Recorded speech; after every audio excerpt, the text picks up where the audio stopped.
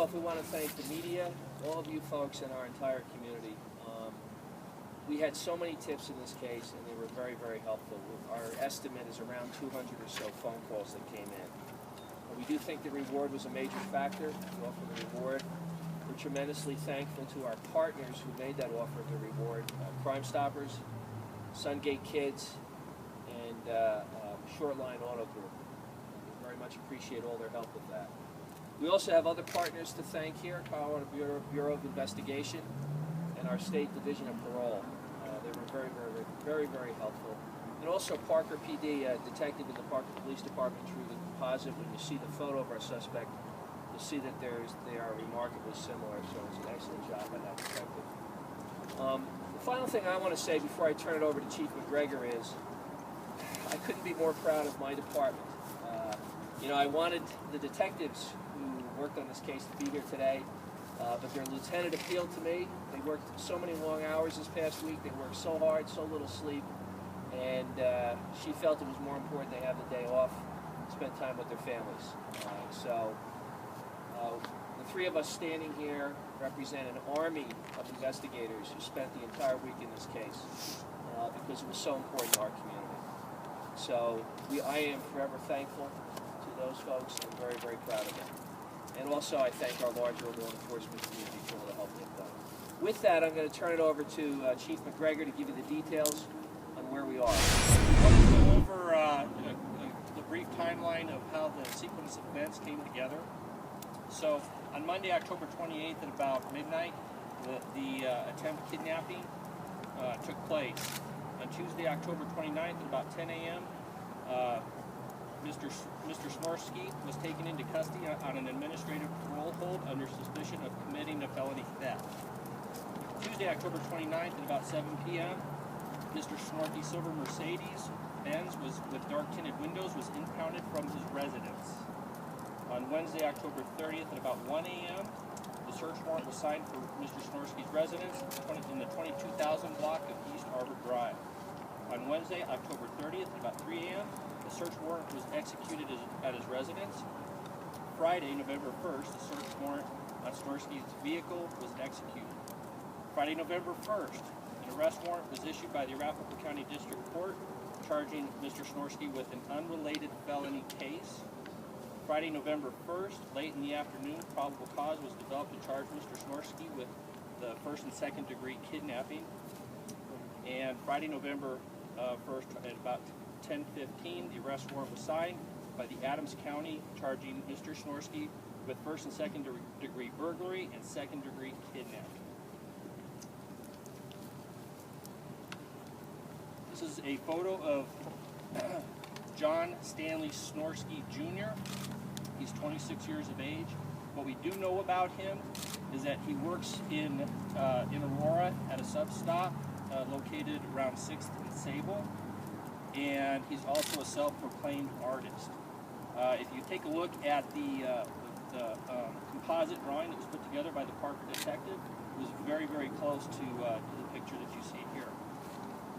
Our appeal is that anybody who's come in contact with Mr. Snorsky would come forward and contact the Aurora Police Department. We're working with our federal partners to see if Mr. Snorsky has traveled outside the metro area. But right now, our appeal is that if anybody has had contact with him, please contact Detective Hurley, and her phone number is 303-739-6113. And again, I want to reiterate what Chief Oates said, and we're so proud of our detectives and all the hard work that they've done over the last couple of days to bring this case to completion. Having gone through the timeline and everything, is there any questions? Where was he picked up at, and where was his residence? Is that where he was? The residence was, as I described, at 22,000 block of Arbor Drive. But where was he picked up, and what was he picked up on? So we picked him. He was picked up on the unrelated parole violation. Can you elaborate on that? He was charged with false report to a pawnbroker, but it was unrelated to this case. When did that happen? That happened on, I believe it was Tuesday morning. The actual false reporting? No, that happened prior to this. Do you have the date of that? I do not have the date of So when did you feel that he's a suspect in this? Well, as the chief explained earlier, we were getting a lot of tips, so as the tips were coming in, we were able to start narrowing down possible persons of interest, and the detectives worked long and hard, and they were able to determine that this was a good suspect. But is there a day or a timeline as far as when you thought maybe you had the guy behind bars or a person of interest? Early on in the investigation. So Tuesday, Wednesday-ish, we were pretty sure that this was our suspect. Has he said anything about the kidnapping case? I'm not going to go into it. How important was the description from the girl? The description was very good. She was a brave young lady, and she was kept her wits about her. And again, it's kind of a message for all parents, just to reiterate how important it is for their kids to reach out and make noises if there's some sort of disturbance going on that's impacting them. So it was very important. She's a bright young lady, a very, very brave young girl. And I guess along with our appeals for the public to come forward, if there's any information on Mr. Snorsky, we also appeal to the media that you give the family some distance as they're trying to recover from some of this trauma and bring some normalcy back into their lives. Did he have any relationship with the girl, or was this something that he planned out for a while? At this time, there's some indications that he's got some connections up in that area, but at this point in time, that's part of the ongoing investigation, is to determine how everything came together. So you executed the search warrant on his car, and then you guys arrested him. What was found inside that car that led you guys to this? I'm not going to go into the details of the evidence at this point. How did he come to be released after that last charge, which I think was in early September? On for the parole violation? Yeah. Was was he on bail? How did that? He was still on parole, and the case was still working its way through the detective bureau. Can you? We've heard a little bit about what exactly played out that night. That there was some conversation between him and the young girl. Can you elaborate at all anymore about what happened that night? Not at this time.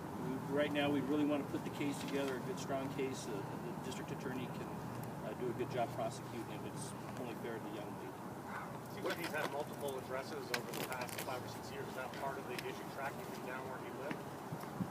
Not necessarily. We just want to make sure that if in fact he has come in contact with other victims, that we get that information, whether it's in the metro area or outside the metro.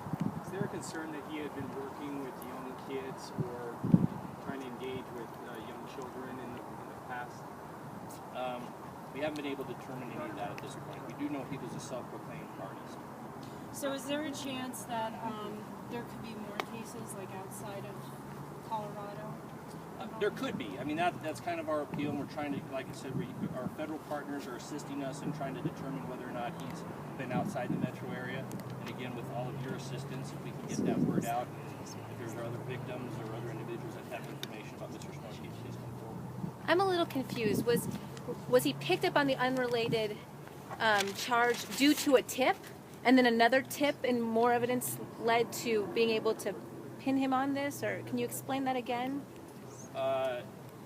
Once it was determined that there was a parole violation, he was picked up. Was that a tip, though, that he had violated his parole in regards to this case? I mean, did that tip come out of what happened? No.